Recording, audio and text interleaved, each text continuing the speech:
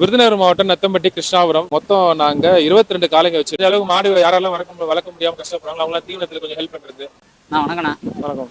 எந்த ஊர்ல இருந்து மாடு கொண்டு வந்திருக்கீங்க? விருதுநகர் மாவட்டம் நத்தம்பட்டி கிருஷ்ணாபுரம். ஓகேங்க.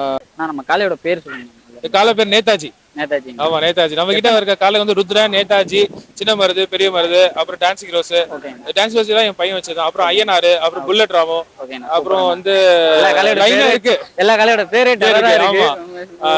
நாச்சா வேல் நாச்சியான்னு ஒருத்தங்க வந்து இன்னைக்கு வந்து இந்த காளை மட்டும் தான் எடுத்துட்டு வந்திருக்கீங்க? இல்ல 2 காளை எடுத்து வந்திருக்கோம். இது ஒன்னு எடுத்து வந்திருக்கோம், இன்னொரு காளை மாறன் சொல்லிட்டு ஒருத்தன் எடுத்து வந்தோம். அவன் ஆட்டம் தாங்க முடியல.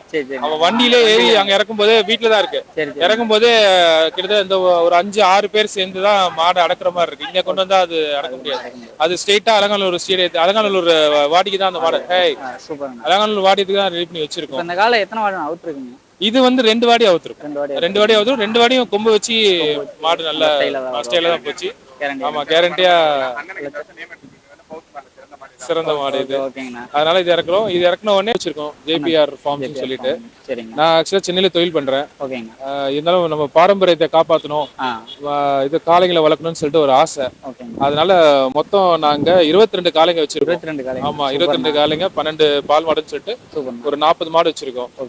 இதுல வந்து மாடு என்னன்னு தெரியல, அது நம்ம ஒரு ரத்தத்தோட ஒரு ஃபேமிலி குடும்பத்துல ஒரு நண்பனா மெம்பர் ஆயிட்டாரு அவரு.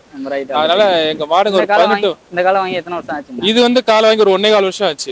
ஆமா எனக்கு ஃபர்ஸ்ட் இந்த காளைங்க மேல ஒரு பற்று எப்படி வந்துன்னு கேட்டீங்கன்னா, நம்ம இந்த மேலூர் மாட்டு சந்தைக்கெல்லாம் போகும்போது சில மாடுங்கள்லாம் நல்ல மாடுலாம் வெட்டுக்கு போற மாதிரி இருந்துச்சு கேரளாக்கு. அதெல்லாம் காப்பாத்தி அதெல்லாம் இப்ப வச்சு கொண்டு வந்து வளர்த்து ஒரு அது மாதிரி தான் ஒரு மாடு ருத்ரன் ஒரு பேரு மாடு செம்ம விளையாட்டு அலங்காநல்லூர்ல நல்லா விளையாண்டு ஒரு 3 வாடி ஜெயிச்சிருச்சு. அதெல்லாம் இந்த வருஷம் நல்லா இறக்குவோம். அதனால பசங்க எல்லாம் ரொம்ப இவதான் பயிற்சியாளர், இவர் தான். ஆமா இவரு தம்பி அவங்க எல்லாம் பயிற்சியாளரு. ஸோ அதனால மாடை வந்து ரொம்ப இப்போ என் பையனும் இதுல ஒரு இன்ட்ரெஸ்ட் வந்து சென்னையில இருக்கான், படிச்சுட்டு இருக்கான். நாங்க எல்லாம் சென்னை வாசி. ஜல்லிக்கட்டு மாடை நாங்க 24 டிவில தான் பார்த்தோம். 25 ஃபர்ஸ்ட் பாலமேட்ல இறங்கி ஜெயிச்சோம். அதுல இருந்து அப்படியே கொஞ்சம் கொஞ்சமா ஒரு 14 லட்சம் ரூபாய்க்கு மாடே வாங்கிட்டேன். வாங்கி இப்ப நம்ம பெரிய பண்ணையா இருக்கு. டிவில பார்த்து இவ்வளவு மாடெல்லாம் வந்து வாங்கி வளர்க்குறீங்க, அதுவே ரொம்ப நல்ல விஷயம். ஆமா.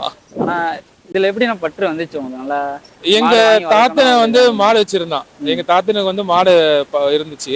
சோ எங்க அப்பா அந்த மாடை பத்தில நாங்கெல்லாம் படிச்சதெல்லாம் பெரிய பெரிய படிப்பு தான். எம்பில் எல்லாம் படிச்சோம். படிச்சு சென்னையில தொழில் பண்ணும்போது தான் சரின்னு சொல்லிட்டு ஜல்லிக்கட்டு நம்ம தமிழர் பாரம்பரியம் பண்பாடாச்சு, இது எப்படி விட முடியும்? இப்போ எங்களுடைய நலச்சங்கம் வேற நாங்க நேத்து தான் போய் கலெக்டர் ஆபீஸ்ல மனு கொடுத்துட்டு வந்திருக்கோம். அவனியாபுரத்துல மாடு பிடி வீரர்கள் காளைகளும் உள்ள சங்கம் வச்சிருக்கோம். கலெக்டரை பார்த்து உள்ளூர் மாடு பிடி வீரர்களுக்கும் மாடுகளுக்கும் முன்னுரிமை கொடுங்க நேத்து கலெக்டர் ஆபீஸ்ல போய் பார்த்து வந்த போட்டோ எல்லாம் இருக்கு. அதனாலதான் சரி அப்படியே கொஞ்சம் கொஞ்சமா வந்துட்டு இப்போ கூடிய சீக்கிரம் அலங்காநல்லூர் கீழக்கரை ஸ்டேடியத்துல ஜல்லிக்கட்டு நடத்தலாம்னு ஒரு ஐடியால இருக்கிறேன். அது மக்கள் எல்லாம் சப்போர்ட் பண்ணாங்கன்னா 2025 நடந்து முடிச்சு. ஆமா 16 வாடி. அதுல வந்து விவசாயிகளுக்கு இப்ப ஆன்லைன் டோக்கன் வச்சதுனால என்னாச்சு, டோக்கன் எல்லாம் வருது. வந்தாலுமே அது விவசாயிங்க படிக்காதவங்களும் டோக்கன் எப்படி பிரிண்ட் அவுட் எடுக்கணும், மெசேஜ் வந்தா எப்படின்றது அவங்க பார்க்க தெரியாம ஒரு சில காலைகள் மிஸ் ஆயிடுச்சு, போக முடியாம.